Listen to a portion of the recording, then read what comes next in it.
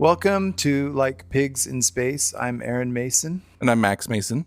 and this is our arts and culture podcast. Yeah. And today it's going to be Max's turn to take us on a journey. Yeah, awesome. This should be fun. I think it'll be good. I feel like as I was editing the last episode, I felt like a hole in my art knowledge was exposed because I didn't know that much about poetry. Oh, that was kind of that was actually good for the purpose of the discussion, because then you really are coming in as a novice in a way, and then being able to write something. Yeah. And so it was perfect. And I'm impressed with the editing skills, because I knew how the spacing was on the conversation, and I also noted how much space you took out, Yeah. and how little it sounded like you took out space. So I was pretty impressed with. I haven't gotten all the way through, but I haven't gotten to the Easter eggs yet. But Yeah. I am planning to. Yeah. That should be fun. I remember doing one of them, and as I was editing it, I was like, man, this is taking a lot of work to get the rhythms right. But then I played it, and it's like, oh, this is awesome. I'm going to have to do it. That's very cool. Yeah. And it's also funny because the book I was reading mentioned "This Is Just to Say" in it. Oh, Yeah. cool. It's kind of a weird book. It's called "No One Is Talking About This" by Patricia Lockwood. Okay. Who she was a poet before this. This is her first novel. Yeah. I think that's where I know the name from. Is on the poetry side. Yeah. I've seen her name come up. But it was really good, and I cried a lot in the book for good reasons. Okay. It's a very pretty and human book. It was good, but kind of mentioned that poem in passing. Oh, cool. Yeah. Well, there you go. We're making connections all over the place. Yeah. Well, and this should have plenty of connections in it too. I mean, it's crazy. Anyways. So I think I want to start with maybe a few questions just to get us started. Yeah. So what do you think is required of someone to make art? Any kind of art? Yeah, I think there has to be a vision of what you want to accomplish. And so I think there has to be some idea of what you're going to do and where you're headed, because generating art happens a lot better when you have a direction. Okay. What do you think? I think I'm going to steal this question from you. You asked me in the Calder episode, but what do you think the purpose of art is? Sure. Is that it's probably in the same vein as that. I think the purpose of art can be a couple of things. For the artists themselves, a lot of time it's a need to express themselves in some way.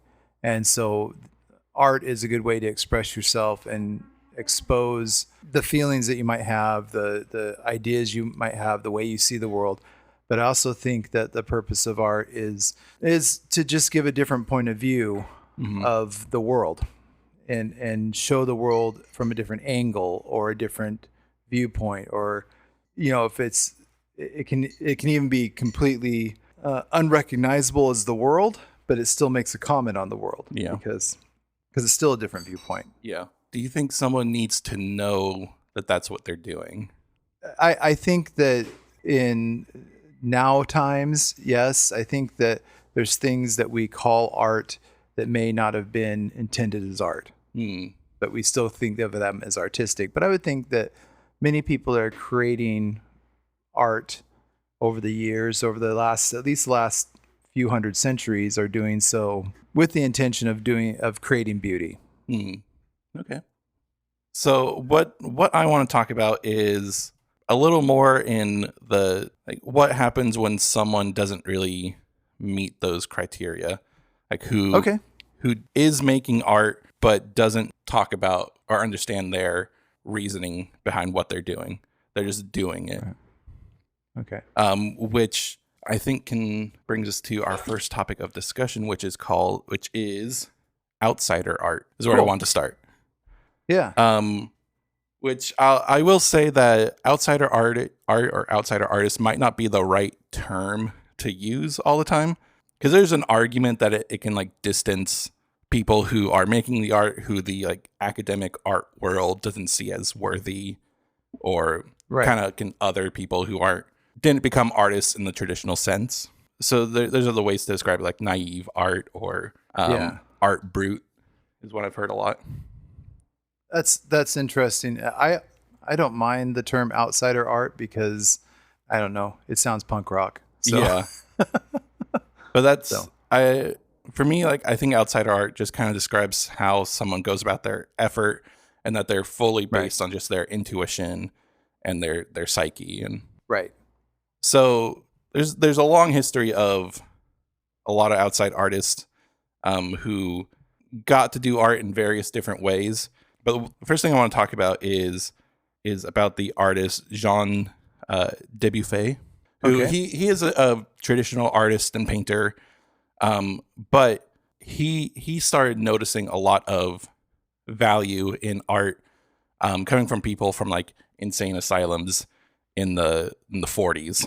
Oh, Because okay. I think people didn't really understand mental illness that great in that Right. time, and so like a lot of people are just thrown into insane asylums with little reason. Right. Um, Exactly.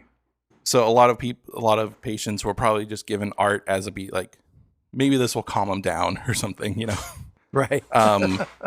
But Jean Dubuffet noticed that there was value in it, and he put on like the first exposition or gallery of art from people inside like mental hospitals and insane asylums. So it was 1948 when he did that. Oh, interesting. And he actually had a lot of struggles getting the art out of the asylums, because the doctors and nurses like didn't think of it as anything valuable. It's like, this is just what they do in their free time just to stay quiet. Right. But he eventually was able to and put on a pretty big exhibit. And so he kind of coined that term art brute, which is Oh, okay. brute is like a wine term. Right. But Right, basically right. it's just like raw art was his expression. That's a good term. Yeah. Too. Yeah. And so some of the artists included in that were Carlo Zanelli, who he was originally sent to the asylum after he enlisted in the Spanish War. Oh, okay. And it brought out his like schizophrenia. He did probably some like PTSD from what he saw in the war, even though he was only in the war for about 2 weeks. Hey, yeah.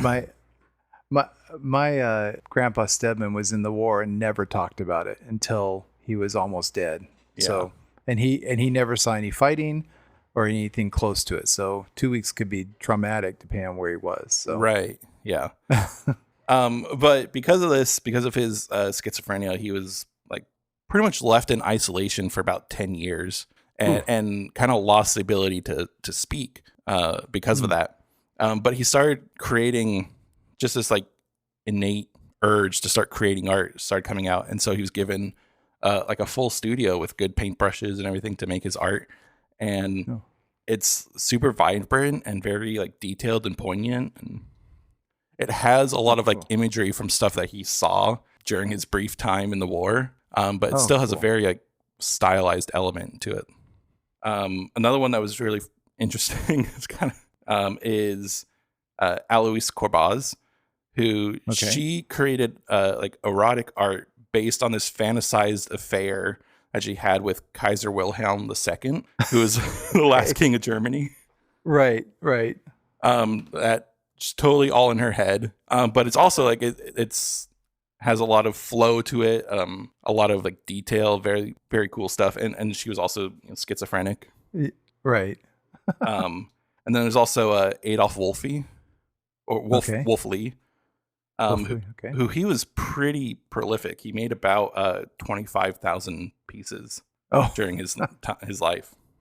And his are also like he did drawings, he did music, and that was super complex and intricate, and just kind of came out of nowhere, really. Oh, wow. But he also had like a history of abuse as a child and some like psychosis, and also all these people had this. I saw this term called this horror vacui, where they were just like they didn't want any blank space in their painting, Okay. so everything is filled in Oh, with something. yeah. But yeah, there's tons of other, but it's all like incredibly vibrant, lots of really bright colors and gestures. But it's super pure and like wholly original because it's just their base creative impulses going into it. Right. And I think, a lot of these artists, it's hard. They either didn't have the language or just couldn't express why they were making certain choices.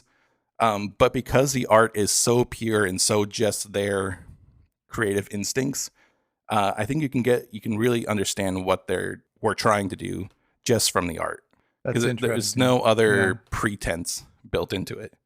So, and this exhibit, this like 1948 exhibit, eventually led to like a permanent outsider art exhibit that's in Switzerland that's still going on today, still full of Oh, stuff. wow. And Yeah. um, Where was this first one done? Was it in Switzerland? I believe it's Italy. Okay. I don't know exactly. Well, Don't remember that's exactly close where. enough. That's close enough to Switzerland. Yeah. Yeah. But yeah, it's really cool stuff. I think that like, obviously a lot of these people had like mental issues, and that's Right. probably why a lot of them were in institutions, and probably how a lot of them became artists was just given that because they were given some sort of outlet. Right. But I don't think that like their mental illness caused any of the art, Right. because I'm sure there was hundreds of people in asylums like that who were given art who didn't make great art. Right. I think these people just had their mental issues, couldn't go about becoming artists in a normal way or in a traditional way, but still just had that innate creative spirit in them that I think with or without the mental health issues, they would have been great artists. Yeah. I wonder if, I think everybody has something they do that manifests itself regardless of training or opportunity or whatever. And that must be, kind of an outlet, and that's how it manifests itself Yeah. for them. Yeah. So that's really interesting. Yeah. Yeah. Cause not everybody can draw or paint or Mhm. create and have it look good. There's even some people that are ostensibly good artists who you don't want to look at anyways because it's derivative or whatever. Right. Yeah. There's a lot of cards in Hallmark. So, Yeah. so Yeah. And yeah, it's good that they had like that somebody came along and saw value in what they were doing. right. Especially in a time where people like that weren't very valued. Right.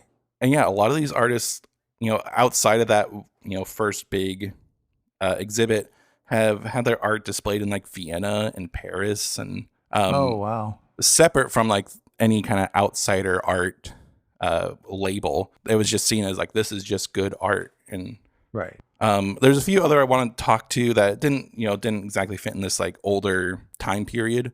Okay. One of them, I wonder if you have seen or been to, but it's the Watts Towers in LA. Yes. Yep. Yeah. I know those. So that guy, Sabato Rodia, he was a construction worker, a tile salesman, and spent 30 years building these towers by hand, and they're just gorgeous Yeah. and huge too.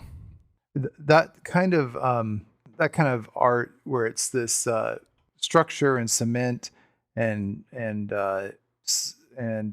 tiles and Mhm. pieces kind of all cemented in. There's a few different places like that, and it seems to be the thing that if you're gonna make that, you're never gonna stop making it Yeah. because it just keeps expanding. There's a place somewhere in Phoenix that we saw that somebody had done their whole front yard, just covered it with Yeah. stuff that looked like Watts Tower. Yeah. I think it's interesting too because he did stop. Like he had some sort of vision for like this is done now. And Oh, it was yeah. kind of funny because Good. he did finish it, and he's like, "This is done," and he left. He was just like, "I'm done. I'm going on to the next thing." Like, Good. I think he Good. left it to his friend who was his neighbor, and it was like, "Hey, you take care of this. I'm going." That's Um, wild. and then the other one, I was telling Chloe about this, and I was bawling last night. Okay. But this guy, his name is William Scott. He is autistic, and he's from San Francisco, and he saw a lot of like violence in his neighborhood, and was like bullied, and at night would hear gunshots and stuff, and he just kind of wished for it to go away. Hmm. And so he started drawing. And he started drawing like people who had been killed, but showing them alive and happy. And he started drawing San Francisco the way he wanted to see it, which was like bright and inviting. And then he also would draw pictures of himself, but from his childhood, but in the way he wanted to be, he wanted his life to be. So it would show him like being popular, or like the star basketball player, or like having a big family. So things that he didn't have, but he wanted. And he said this, he was showing off one of his paintings, and he was like, they're called like Another Life, as his self-portraits. And he said, in another life, I'm going to be like that with my new perfect body. And it's like, it's so sad that he has to like draw how he wished his life was. But you see it, and you see him talking about it, and he's so happy to see himself happy. Right. That like, man, yeah. I'm gonna start crying again. But he's like genuinely like, he loves doing art. His art has been bought by like the New York Institute of Art. Yeah. And it's just really pretty that he's happy enough seeing himself happy, even if he has to draw himself being happy. Oh, wow. That's really interesting. Yeah, gosh. Anyways, so moving on from specifically art, I want to jump into outsider music as well, because I like talking about music. Yeah. But yeah, anything that could be said about outsider art can be applied to specifically music. That it's just like a lot of pure creative intention, fully original. There's no worry or of any notions of like success, or having an audience of any kind. They're just creating because that is what feels right for them to do. Yeah. And it's like also like deeply fascinating trying to understand especially some of the harsher ones, like what was their intention or what was their thought process behind going about their song. Right. And then a lot of these people are incredibly prolific, like release like dozens, if not hundreds of albums. Right. I've seen I think you've mentioned some of them before that just don't stop. Yeah. And yeah, you start wondering like, how did these people like even end up in a recording studio? Right. So I want to give a few examples, because they're probably bigger examples. So there's the Shags, if you've heard of them. So the Shags they're three sisters, and their dad had a palm reading, and in the palm reading, the reader said that his daughters were going to be a famous rock group. And so he sold a bunch of stuff, gave them instruments, and forced them to write songs, even though they were like children and had no musical inclination and no interest with music, but they were still forced to write these songs. And it's a little rough to listen to.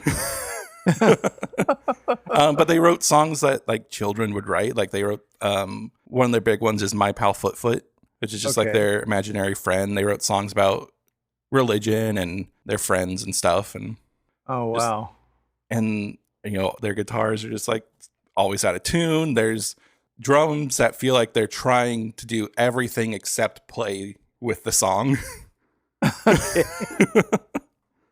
But they did that album, and it didn't go anywhere until a lot later, when it got more popular and people started trying to found some value in its raw nature. Wow. And I'll get into it later about who liked this stuff, but Okay. Another one is Jandek, is the guy's name, or is the artist, the project name. But he's from Texas and did a bunch, mostly home recordings, and he's pretty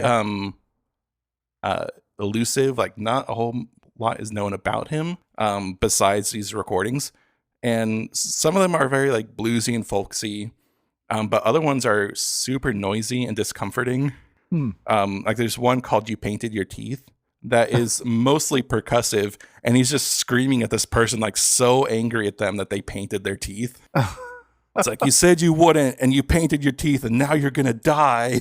Weird. Yeah. That's funny. But he has been recording forever, and it now does shows and tours around.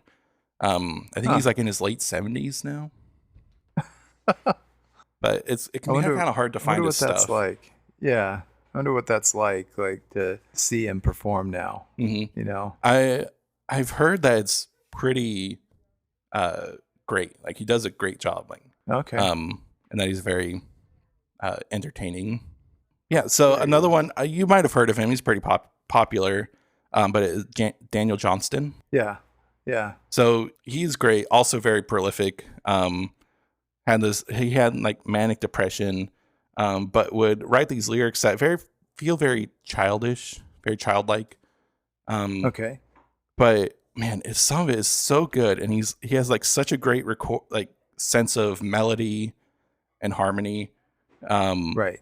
And I read something that he would record them on like a tape recorder, and he didn't know that you could copy a master recording. So if he wanted to make multiple copies of an album, he would just record multiple copies of it. Oh, wild. Yeah. So there's like copies of his album that like just are different takes altogether. Yeah. And they're all originals. Yeah. I think one of my favorite from him is called "True Love Will Find You in the End." Okay. And that song is like stunningly beautiful. Like, almost feels too good to exist. Okay. He did a Tiny Desk concert where he did this song, and oh, cool. I was like, I knew I liked it, and I was like, I'm going to show Chloe this. She'll like it. And I was in tears again at the end, because it's just so it's so sweet, and he has like such a gentle voice. Yeah. And gosh. You're gonna be able to make it through these songs? I'm trying. I'll try to make it through them. All right. All right. And it's also very hopeful. It's like yeah, like don't give up, don't give in, because true love will find you in the end, or something like that. Right. Nice. Yeah, it's great. I think it's one of the most beautiful songs ever written. Like, completely unironically, it's just a great song. Yeah. That sounds good. And then last one I want to talk about before I talk about the main guy is Moondog. Okay. Heard of him? So he was a blind street musician from New York. Would do his busking and give out albums and read poetry on the street. He for a point would like dress up as a Viking and do his stuff, and but he is completely self-taught and eventually went into this more like classical and jazz route. And he's kind of on the border of like a traditional artist and outsider music. Interesting. Because he was actually pretty influential on like minimalist music. Okay. Okay. But he's really great. He has a song called "High on a Rocky Ledge" that is great. It's pretty simple. It's like 5 verses that he just goes through. I don't know. I think it could be considered in the same vein as kind of like a Bridge Over Troubled Water. Oh, cool. In like that kind of, it sounds vaguely gospel inspired, and right. Yeah, it's great song. Wild. So yeah, so a lot of commonalities between these are just like, very prolific, released a ton of music, usually self-taught, self-produced, and self-released, right, and hugely influential. So all these people were influential on Kurt Cobain. Oh, okay. Yeah, like he loved a lot of these people. Like I said, Moondog was a huge influence for like Steve Reich and Philip Glass. Yes, and their minimalist music. Yeah, just a lot of great stuff. And I'll probably cut this part out because I don't want to seem pretentious or anything. Yeah.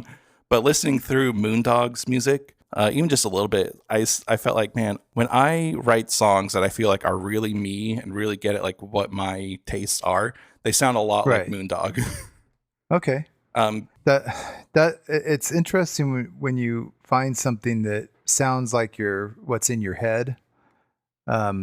Because that's how that poet was with me. Tony Tony Hoagland. Yeah.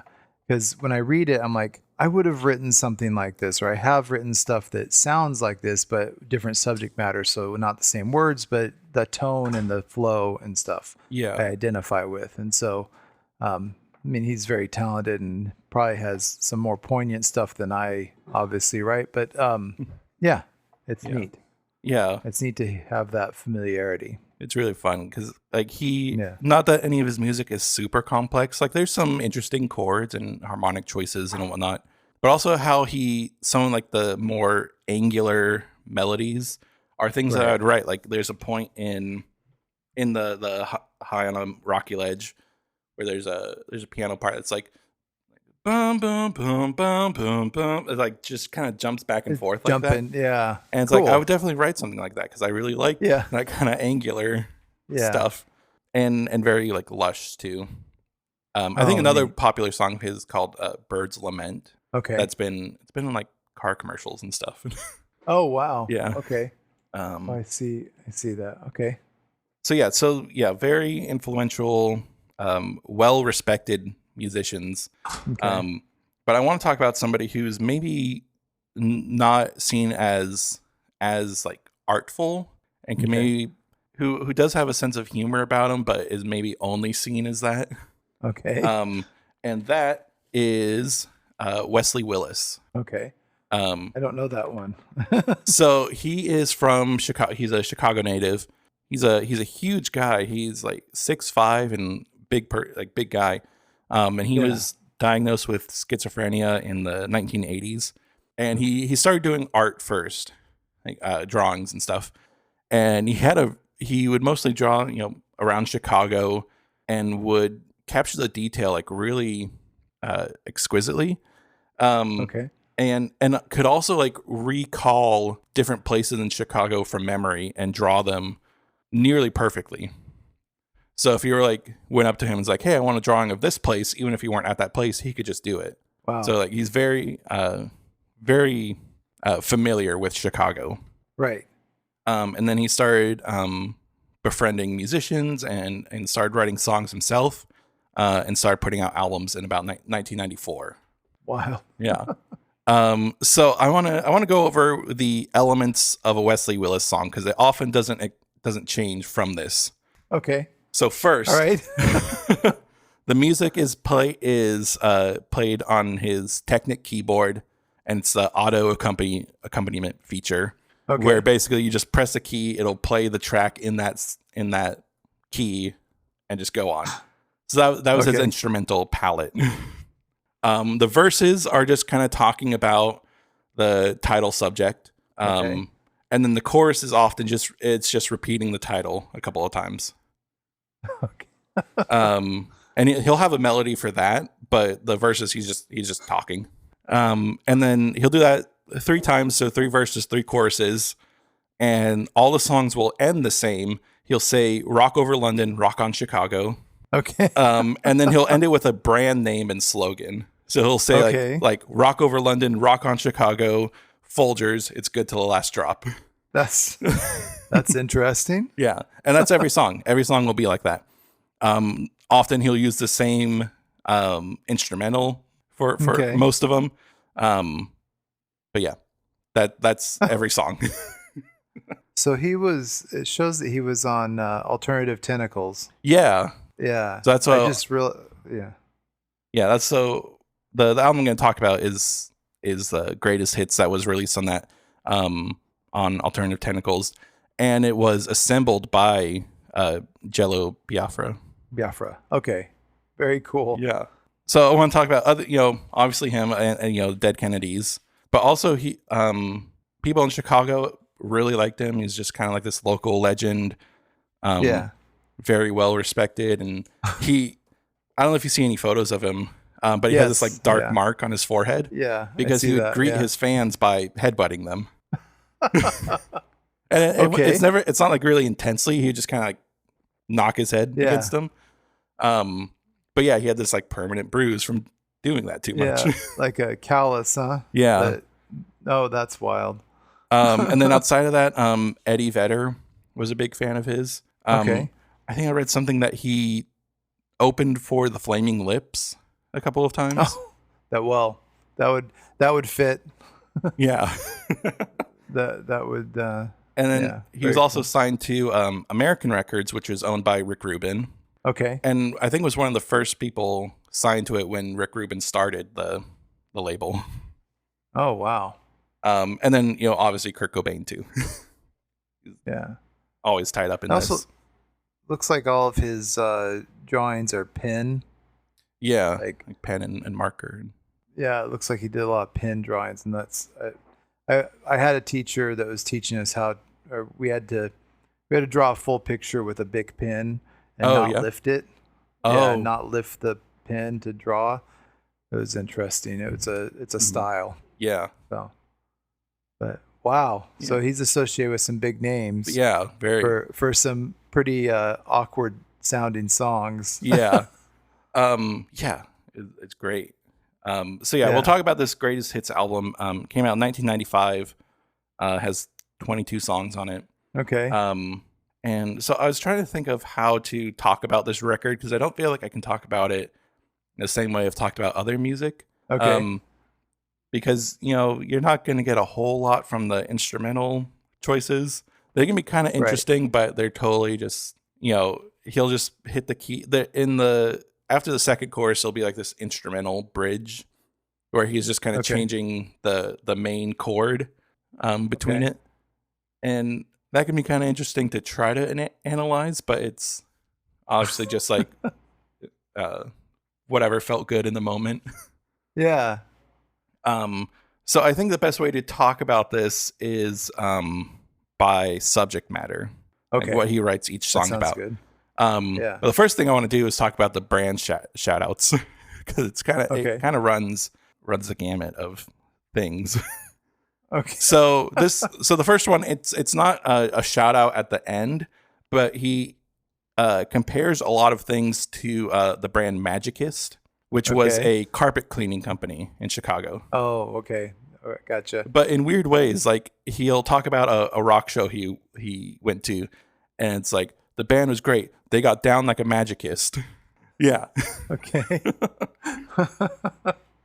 And so on this album, I went through each song and wrote down like who he talked about, who the brands were. And so it was Wheaties twice, Mitsubishi 3 times, Folgers 3 times, Dr. Pepper, Pontiac twice, Remco, The Exclusive Company, CarQuest, Blockbuster, Diet Pepsi, Chevy, American Airlines, which is funny because it was on the track Northwest Airlines. Well, that's just clever. Yeah. Then Sam Goody and Ford. Wild. That's a lot of stuff. So yeah, and it's kind of interesting because it is kind of on the surface you'll just be like, this is just seems like nothing really. But he does have something to say, and I think he does have a voice that he wants to get out there. And I think like in the last episode we were talking about the Dead Milkmen, where you listen to Dead Milkmen and then you go to Philadelphia and it's like, oh, okay, I get it. Right. I think that would be the same thing as going to Chicago after listening to Wesley Willis. I think you'd understand Chicago a lot more. I've been to Chicago a few times, and the sense. So to layer it, the way that Pinkwater writes about Chicago from when he was younger, and then what I know of Chicago, and then what you're layering on about how he writes music, it all lines up in a weird way. Yeah. There's a little bit of a psychosis. There's a little bit of a schizophrenia about the people of Chicago, like the those that are kind of in the streets, not on the streets, but in the streets, in the neighborhoods.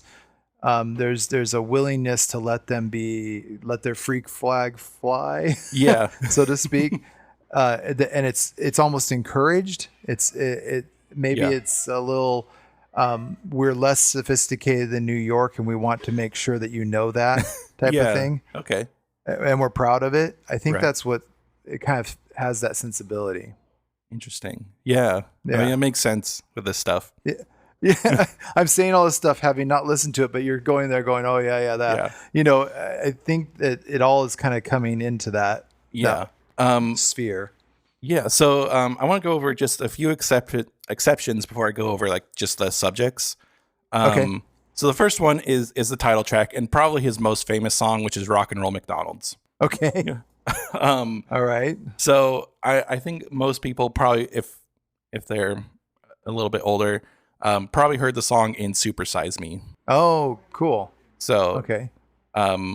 probably I haven't seen the movie or the documentary, but I've seen it. Yeah, I've seen it. I don't know if it's used in the most like respectful way, but you know, but it's funny because it sounds like it's like McDonald's is rock and roll, like it's a cool place to be, but it's not. Like he does not like McDonald's Okay. in the lyrics. But Rock and Roll McDonald's is a specific McDonald's in Chicago that he's referencing Oh. that had a bunch of like musician cutouts on the outside. Oh, wow. So it was known as the Rock and Roll McDonald's. Oh, that's funny. That's kind of cool. Yeah. Yeah, it is really funny because he's like it's a good place to go and listen to music, but their food sucks. Yeah, I see that. I see that with the opening where it's people come here, listen to music. That's funny. Yeah.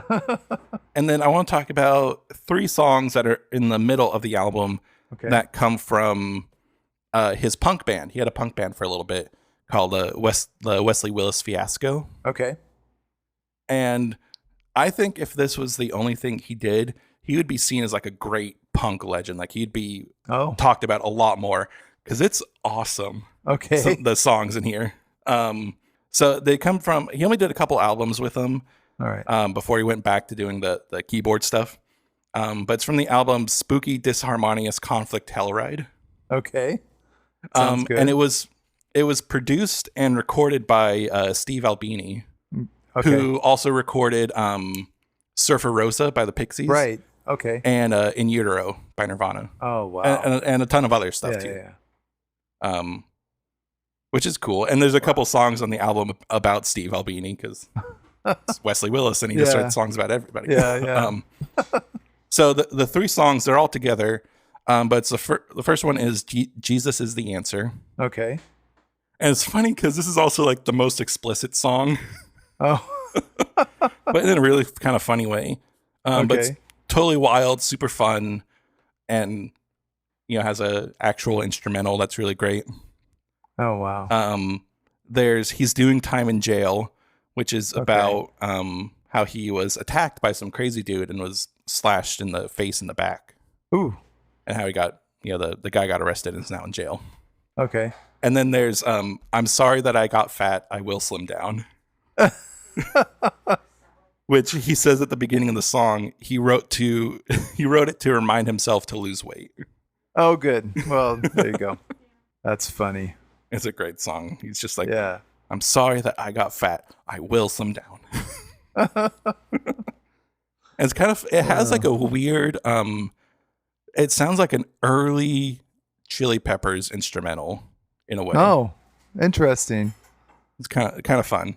Yeah. But those are great, and I think if he did more of that, Would have been legendary. would have been legend. Yeah, would have been just as big as any other punk band. Yeah. Cool. Okay, so the first subject matter is he talks about people and bands that he likes. Yeah. So there's a song called Tammy Smith, which is just a girl that he likes, who he's very close to, and just says stuff like, "You're the best. You're my kind of girl." Oh, that's nice. There's Aflab Norami, Okay. which is he's just a doctor who helped him, who was nice to him. And then Rick Sims. Rick Sims might be my favorite song on the album, but he's a singer from the band The Digits, which is like Okay. another Chicago-based band.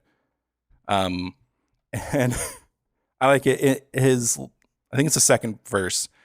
He says, "You are the best man in the long run. I love the way you cuss. I love the way you clown around. You love to be happy, or you Oh. love being happy." Oh, wow. And then the cool. chorus is like, Rick Sims, Rick Sims. And it's great. Oh, that's wild. And then other ones, some of the bands are Urge Overkill, Screw, not a band, but Eazy-E and Elvis Presley. Yep. And then Stabbing Westward. Yeah, I saw it. Yeah, cool. And these are all, when he talks about the bands especially, it's just like, it's about a show he went to, and he's just like, The Rock was great. The Rock was perfect. Everybody was getting down. People got to meet the band after the show. And then Northwest Airlines in that as well. Oh, wow. Which is just like, I had a good flight. We flew at 35,000 feet. It was fun. It's observational punk rock. Yeah. And it's often like, I think we'll get to this later because some of the more, I think, are serious songs. The way he delivers it in the verses is just like very matter of fact. Just like, this is how it is, without any sort of like judgment anyway. Oh, wow. The second subject is stories and like fairy tales, but ones that he makes up. Oh, cool. So the first one is not in on the album, but there's the chicken cow. Okay. Which is a creature that comes out when it's 25 degrees below zero, and it attacked his brother. There's vampire bat, which is it is, so the first verse is somebody gets killed by a vampire. He's like, a man was killed by a vampire bat. The second verse is he went to hell and was in the flaming lakes. And the third verse is he reveals that Wesley Willis was the guy who was killed by the vampire bat. Oh. So there's like a story and a twist to it. Yeah. I was looking up the lyrics, and I was reading them on Genius, and someone compared this story to the Emily Dickinson "The Fly Buzzed Around." Okay. Where it's just the narrator is narrating their own death. Right. Wow. And this one, I think, should and could all be considered in the same category as like the Monster Mash. It would totally fit as like the next song after listening to the Monster Mash. That's awesome. There's Kris Kringle was a car thief. Okay. Which this might fit more in the next subject, but I'm not sure if it's real. Okay. Where Kris Kringle stole a car from behind his house and went looking for hookers. Okay. I wonder if when was that from? I wonder if that inspired Fishbone, the Slick Nick UW. It's the same kind of, it's the same kind of thing. It's about some guy some junkie dressed up as Santa Claus breaking into his house and stealing all the toys. Oh, so it's kind of the same idea. I wonder. I mean, it probably is either 1994 or 95. Okay. That's when he started writing songs and when this came out. So wild. And the last one is I Whooped Batman's Ass, which is where he just talks about how he beat up Batman. And Batman deserved it. Batman was being aggressive and calling him a bum and attacked him first. Okay. But then he says that I beat him up. And there's a series of ones where he whoops like Spider-Man and other superheroes. Right. That's weird. Yeah, it's weird. It's fun though. Man, the Batman one is great. It's a great song. Okay. Okay, subject 3 is he talks about crime and police brutality. Okay. The last song on the album is Richard Speck, who was a guy who killed 8 nurses in Chicago Oh, it was okay. 1966. Okay. But Yeah. it was all in one night too. Oh, And he just kind of matter of fact tells the story, tells them about the court case. okay. Yeah, Weird. it's kind of interesting when he talks about crime, because some of it like this next one is who killed John Colombo. Yeah. So John Colombo was a friend of his, and he was Hmm. a cab driver who was killed by one of the passengers while he was driving. Oh, wow. And he does say who killed him. Okay. His name's Dale Wilson. Okay. So he does answer the question, but yeah, just again kind of tells about the story, says that he knew John Colombo Oh, and wow. some of the court proceedings from that. Yeah. And then the other one is Larry Nevers, Walter Budson, Okay. which they were police officers who killed a man named Malice Green outside. I'll quote this: outside a West Side crack house. Okay. And they just some guy who was outside the building, but they attacked him. Hmm. So talking about like just senseless police Yeah. brutality, and this one is actually pretty interesting because he kind of gets very impassioned when he's telling like some of the court notes and things that the judge said during the trial. Oh, interesting. Yeah. And then that's also something that I like about all these songs is he's very passionate in his delivery. Oh, Like he's not like an incredible singer or anything, but Yeah. he's really going for it and is just loving it. oh, cool. And then the last one, subject 4, he talks about schizophrenia, his schizophrenia. Oh, And okay. there's only 2 songs on here that do that. One is called Outburst, where he just tells a story where he had like a screaming outburst at an art supply store, and he was warned by the owners that if it happened again, he'd be barred from coming.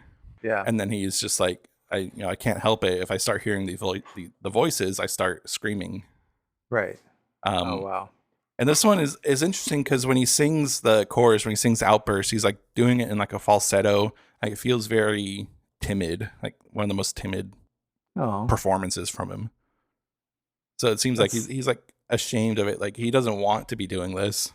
right. He doesn't want to be screaming. He likes the art store that he goes to. Yeah.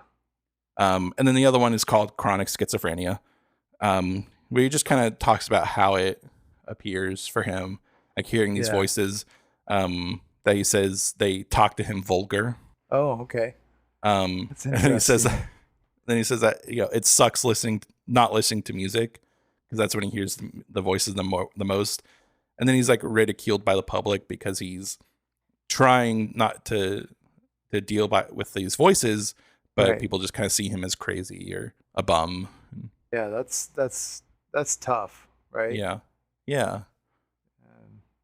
That's wild. Yeah. Wow. And there's not any songs on here about this, but one of his methods of like getting rid of the voices was he would sing about bestiality, because he felt like that would gross out the voices and they'd go away. Oh, okay. That makes sense for Yeah. some of the titles I've seen. Yeah. But yeah, so that's the album. A lot of songs. They're all pretty quick. But there's a lot to like about it. Like again, so like very passionate delivery. He talks about criminal cases that maybe will fly under the radar, Right. and gives a voice to people who were affected by that. And I think it also like it expands what a song can be and what a song can even be about. Like Right.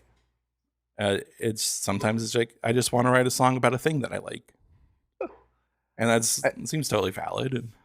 I think it's funny when somebody organically arrives at a behavior that is in another culture. So when we watch these ghost hunting videos in China or Japan, I think it's in Japan, Mhm. Korea, one of those, they to get rid of, like, to protect themselves from spirits, they curse at him. Yeah. Like they use really vulgar language at him to drive him away. It's like, yeah. and so he's kind of doing the same thing for his demons. Like you curse out demons to drive them away in this culture, and he's trying to offend gross the them out. demons. Yeah, gross out the demons. That's kind of an interesting connection or weird tangent for that. So yeah. And then I mean, he obviously does have a sense of humor about him with some of the things, and so it's fun to listen to in that way. But I also think there's a lot of questions that it brings up. Like, as far as I tried to look for why he says rock over London, rock on Chicago, and why he does the brand. But as far as I can tell, he never really explained why he did that. It's just like this, I have to end a song some way, and this feels like the right way to do it. Like that's his neurosis, or like that's his signature on the song. This is my scene. This is what I've decided. Yeah. Yeah, in the Jesus is the answer with the full band. Right. When he does that, it's awesome. It's really cool. Very cool. Can't wait. But yeah, and he's just a total legend, total like great artist. I think I really love a lot of his music. His keyboard is at the Punk Rock Museum in Las Vegas. Oh, neat. I'll have to look that up. Yeah, and I just love it. I just love that he created the music in the best way he knew how. Yeah. And I think I'll end this by talking about one other person, who was Erwin Chuzid. Okay. Who was he was a journalist. Okay. But he wrote a book called Songs in the Key of Z. So it was a book and then 2 albums where it was a compilation of a bunch of outside musicians and more fringe things. And there's this quote from him in the book where it says that the musicians in this book are happy to be in the same line of work as Celine Dion and Andrew Lloyd Webber. They don't boldly break rules because they don't know there are rules. Cool. Because a lot of these people, when they talk about how they see themselves as just equal, like equal to Celine Dion, equal to any other musician. Yeah. Because they're making music, and that's really cool. That's definitely Wesley Willis. He's totally just loved what he was doing, loved that he got to perform it to people. I think you ran into the Wesley Willis of Rexburg in your past. Yeah, I did. Because I think that guy thought he was good, like, and he was in the same class as everything else, and maybe wasn't, but didn't stop him. Yeah, and gosh, he did write a lot of songs. Yeah, Mr. C Strong. Yeah. But there's also like I was reading more about it, and there's a lot of people who could be considered like outside musicians. Yeah. So there's like what's his name? Captain Beefheart. Yep. Which was very great, but he had like professional musicians performing his music. Right. I think in this book, in this Songs of the Key of Z, there's an argument made for Brian Wilson. That's interesting. Yeah, I can understand that, but yeah, well, he was the ultimate. He was the outsider artist that everybody decided was going to be mainstream. Yeah, right. Like he was on such a. He's more like the future of what music could be in some ways. So wild. So that's Wesley. That's that album. A lot of fun. It can just be fun to listen to and kind of vibe too. But I think he also does have some things to say that are interesting and totally worth your time. I agree. And when you're doing all this and what keeps coming up over and over again as I look up these to kind of familiarize or mark them too so I can go back to them is throughout this whole thing, like Frank Zappa is kind of this constant. Yeah. He's like the friend. He's like the mainstream fringe of the fringe artists. Like he's a connecting point. He's the missing link, so to speak. Yeah. He was just doing it for weird, but he was super talented. So he did Right. have hits. He did have mainstream stuff, but he's also super prolific in the same way that a lot of these artists are. So Yeah. it's kind of funny because some of these things, and then I was thinking there's different platforms or outlets for these, like Dr. Demento. I don't know if you know who that is, but Dr. Demento had a Oh, radio yeah, show, I do. and that's where Yeah. Weird Al started. But so his was more humorous Mm-hmm. take. But then locally here we have KXCI, which is community radio, and Oh, yeah. it will just play anything, and it's kind of funny because we'll listen sometimes, and I'm listening, going, this is a good song, but I really know why they're not a hit band. Right. Because Yeah. they're really, there's something, just like there's a twist, and kind of why this guy stays on the outside is because it's not Wesley Willis sounds like he stays on the outside of perception, where everybody maybe loves him, but it just Mhm. can't be mainstream because it's so, you either love it or you just can't understand it. Like Right. there's no Yeah. middle ground, right? And there's a Yeah, lot I of think those so. songs that come on like KXCI that there's no middle ground. Yeah. So, I really like some of those connectors to like the underground. Like so Frank Zappa. yeah, I think, Kurt Cobain was a big one. But I sure. also think Les Claypool nowadays Oh, is a pretty big all connector. the way, yeah. Because he's a friend. He's an outsider artist that for some reason is mainstream, that nobody can understand how he does what he does, Yeah. and they're just weird. Yeah. And he's just love So, him. He's great. oh yeah, oh, Yeah, and thinking more about like being here in Portland is definitely kind of place that like embraces a lot of those outsider things. I mean, sure. I still see Portland Elvis every now and then walking around. Oh, wild. Um, Well, that's good. and That's good. It's good to seems to see be those. Yeah, enjoying his life. yeah, and that's great because the mainstream sterilizes, right? Yeah, And so you have to, because everything that we like now at one point was on the outside. It's just as they continue to exist, it continues to have a better chance of it moving into the mainstream, where other Right. people can enjoy it and it can have longevity. But even like Mr. Dadi Faye, right? It's like, yeah, and his stuff is very, very pleasant and very enjoyable, but still very obscure until he right. wasn't. Yeah, yeah. That's great. So, There's a quote here. Actually, I skipped over, but I think it kind of helps sum up okay. the thoughts, and it's from that Jean Dubuffet again, who did the exhibit, and he says, "These works, created from solitude and from pure and authentic creative impulses, where the worries of competition, acclaim, and social promotion do not interfere, are, because of these very facts, more precious than the production of professionals." Yeah. And that's really how I feel about a lot of this stuff. It's just precious and great and very Right. completely original.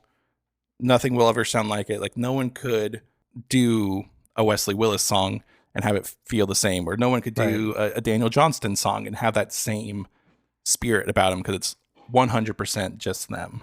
I think that goes back to your original question, where a series of questions, but if you're doing art for someone to meet some criteria, that's one thing, and that's like factory, right? Yeah. But the most genuine, the most expressive, we have so many pieces of art that the artist, it was hated during their lifetime, or it was Right. not valued, but it's now like Starry Night Mm-hmm. was the artist, Van Gogh wished he hadn't done it. It wasn't popular. It didn't sell, and now it's the painting. It's the painting of the most famous painting. So it's that kind of thing, is that he did it because he did it. He did it because he wanted to. He did it because that's what he saw. And I think that's where the value is in all of these, is they're doing it without an expectation, without a producer, without any restraints. And that's really cool. It is really cool. I love that. I love that. Just, they're not breaking rules. They're not being bold, right, like that, because they don't know. They don't know that there's rules to begin with. Right. So some other artists that like could be seen as bold or breaking all the rules still knows that there's rules, right, and is whether or not they want to follow them is still going to be affected by them. Yeah, that's really cool. And these people just don't have that, and it's wonderful. It's great. I love seeing it.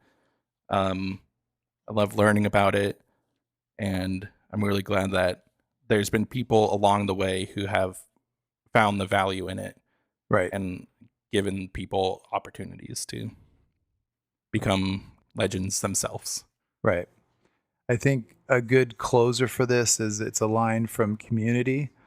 Oh, where there's this whole thing where they're doing, I guess it's in the episode Beginner Pottery, but there's they're trying to take an elective, and one of the electives is sailing, but they're not near the water, so they're doing a sailing class in the parking lot. Yeah. And Pierce, the Chevy Chase character, gets left behind or whatever because he goes overboard. Yeah. And at the end somebody goes, "Good luck," and he goes, "Don't need it, never had it." Yeah. So that's kind of what all these people like go, "Good luck." Well, I don't know, don't need it, never had it. Yeah. Great. Awesome. Yeah. That's good. I like that. Nothing. Well, yeah. That's all. Anyone listening, go look at some outsider art. Definitely listen to Wesley Willis. Yes. Also, high recommendations for Daniel Johnston too. You guys, incredible. I'm gonna go listen to a few of the ones that made you cry, so I can understand. He has another one called "Walking the Cow." Okay. That so good. I think he did something with his voice on that one because it sounds a lot higher than he usually sings, but I think it fits the song really well. Awesome. Yeah. Well, thanks, Max. That's good. I love outsider art, so I'm glad to have talked about it. Yeah. I really enjoy doing the studying for this and seeing some of the art. Yeah. And seeing what people make. It's just been great. Awesome. Yeah. Thanks to everyone listening and enjoying, and it's been a lot of fun. And go do some outsider art. Yeah. Just do art. Follow your heart. Yeah, follow your heart. That's good. All right. Well, thanks for the conversation. Yeah, thank you. All right. Have a good one. Have a good week. And will do. All right. Good. Till next time. All right. I'll see you. Bye.